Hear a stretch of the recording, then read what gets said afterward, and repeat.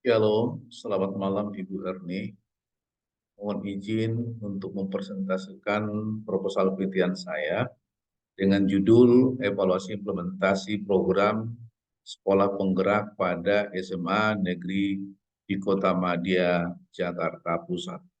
Adapun yang menjadi latar belakang penelitian saya, yang pertama, derasnya arus globalisasi telah berdampak pada semua sendi-sendi kehidupan. Tidak saja dari segi ekonomi, tetapi juga segi pendidikan. Bahkan semakin banyak pilihan pembelajaran, termasuk pembelajaran jarak jauh. Yang kedua, di satu pihak kualitas cara mengajar guru semakin menurun. Itu berarti akan berdampak pada kualitas pendidikan yang rendah. Dibuktikan dengan Human Capital Index Indonesia masih rendah dibandingkan dengan negara-negara tetangga. Karena itu, pemerintah mencoba berupaya untuk meningkatkan kualitas pendidikan Indonesia, termasuk dengan mengeluarkan keputusan Menteri nomor 371 garing M garing 2021 tentang program sekolah penggerak. Tujuan utama adalah bagaimana meningkatkan kompetensi secara holistik. Namun di dalam prakteknya, dalam implementasinya, terdapat banyak kendala. Secara umum, kendala yang terimalah ketidaktersediaan dengan lengkap sarana dan prasarana. Untuk daerah tertentu, menjadi kendala masalah geografis. Karena itu, penulis atau peneliti merasa perlu melakukan evaluasi terhadap implementasi program sekolah penggerak ini. Sehingga berdasarkan latar belakang ini, peneliti membuat beberapa fokus penelitian. Yang pertama, hal-hal yang mendasari pemerintah menyelenggarakan program sekolah penggerak pada SMA. Sekolah penggerak ini kemudian saya singkat dengan PSP. Yang kedua, tahapan pembuatan PSP pada SMA. Yang ketiga, kejelasan isi atau konten PSP pada SMA. Yang keempat, implementasi PSP pada SMA di Kota Madya, Jakarta Pusat. Yang berikutnya, faktor pendukung dan penghambat implementasi PSP pada SMA di Kota Madya, Jakarta Pusat. Yang terakhir, hasil implementasi PSP pada SMA di Kota Madya, Jakarta Pusat. Berdasarkan fokus ini, maka saya rumuskan rumusan masalah. Yang pertama, hal-hal apa saja yang mendasari pemerintah menyelenggarakan program sekolah penggerak pada SMA. Yang kedua, bagaimana tahapan pembuatan PSP pada SMA. Yang ketiga, bagaimana kejelasan isi atau konten PSP pada SMA. Yang berikutnya, bagaimana implementasi PSP pada SMA di Kota Madya, Jakarta Pusat. Yang berikutnya, apa saja faktor pendukung dan penghambat implementasi PSP pada SMA di Kota Madya, Jakarta Pusat. Yang terakhir, bagaimana hasil implementasi PSP pada SMA di Kota Madya, Jakarta Pusat. Berikutnya, kajian teoretik. Kajian evaluasi kebijakan 1, 2, 3, 5, 6, 7, konsep program sekolah penggerak 1, 2, 3, 4, 5, 6, lengkap. Mohon izin Bu, saya skip. Berikutnya, model evaluasi kebijakan yang dipilih.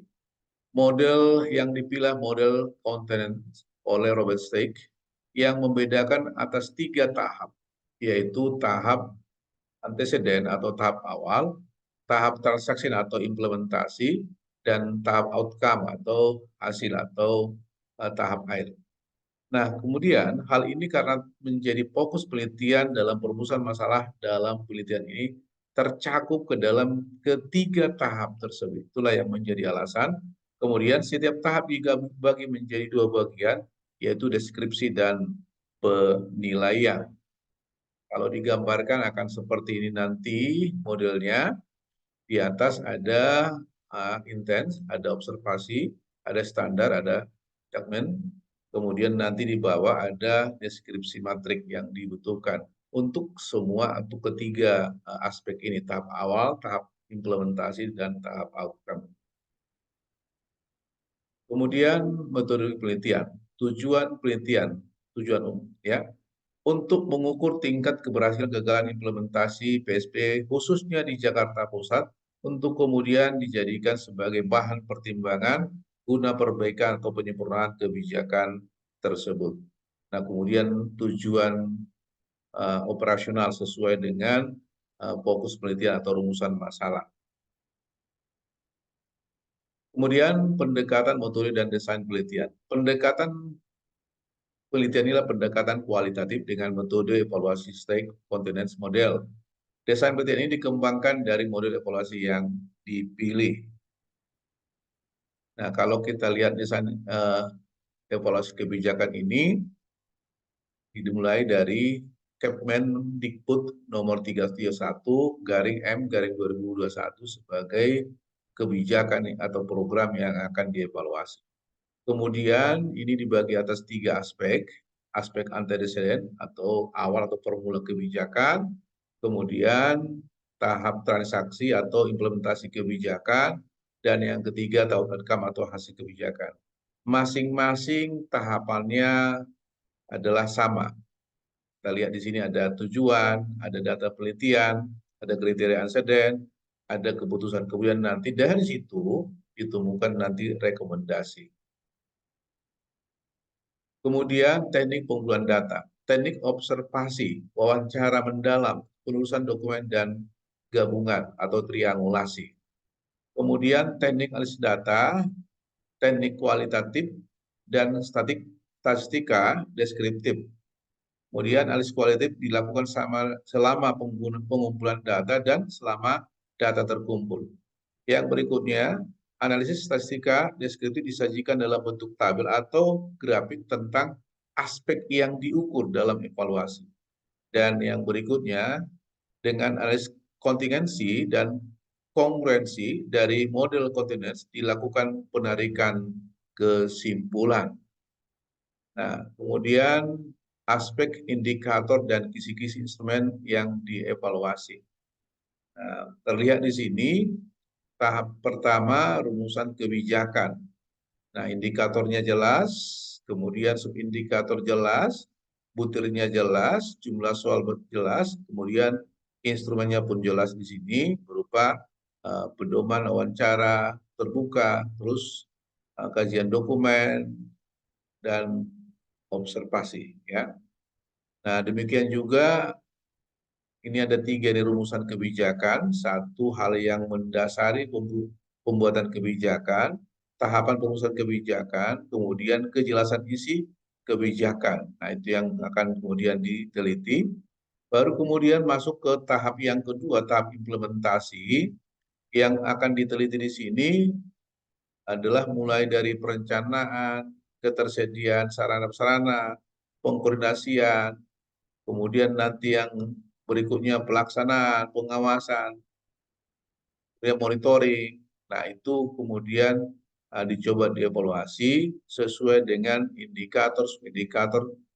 Berdasarkan ini kemudian dirumuskan butir soal dan instrumen yang digunakan.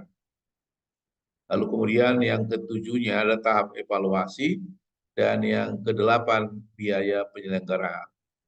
Lalu masuk kemudian masih tahap implementasi, faktor-faktor pendukung dan penghambat. Nah, tentunya pasti ada faktor pendukung dan penghambat, itu pun jelas indikatornya, dan jelas juga di sini kita lihat masing-masing instrumen yang akan digunakan. Dan tahap yang ketiga tahap outcome, dan yang akan diteliti di sini tentunya lah khususnya hasil implementasi program. Nah, itu secara rinci dibuat di sini sama dengan yang di atas. Saya kira itu yang akan saya jelaskan untuk kali ini. Mohon maaf kalau ada kekurangan. Salam sehat. Terima kasih. Mudah-mudahan Ibu Erna berkenan. Shalom.